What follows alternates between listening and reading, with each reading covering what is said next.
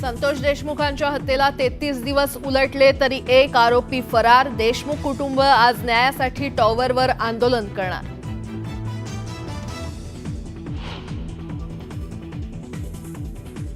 संतोष देशमुखांच्या न्यायासाठी लढा सुरूच। मनोज जरांगे पाटील आज मसाजोग गावात जाणार। संतोष देशमुखांच्या कुटुंबियांची घेणार भेट।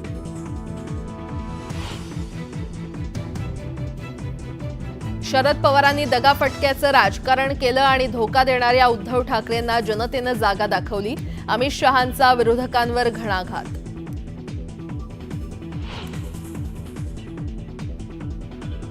महाअधिवेशनातून भाजपनं फुंकलं महापालिका निवडणुकांचं रणशिंग। येत्या 3 ते 4 महिन्यात निवडणुका आणि फडणवीसांचं वक्तव्य। तर स्थानिक स्वराज्य संस्थांच्या निवडणुकीत भाजप मोठा विजय मिळवणार, शहांना विश्वास।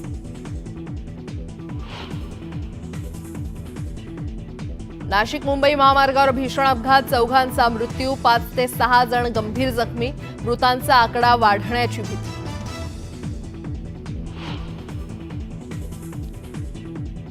पिंपरीच्या भोसरी एमआयडीसी मध्ये रबर कंपनीला भीषण आग, आगीत कुठलीही जीवितहानी नाही।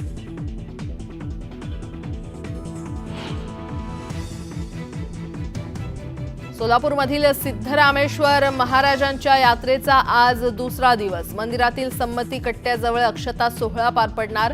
सोहळ्याला नेते मंडळीही राहणार उपस्थित।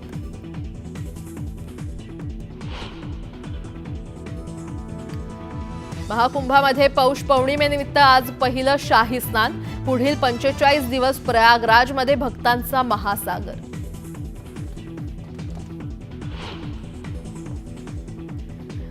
आणि अमेरिकेतल्या कॅलिफोर्नियामधील जंगलात लागलेल्या वणव्यामुळे मोठं नुकसान। लॉस एंजेलिसमधल्या जवळपास 12,000 इमारती जळून खाक।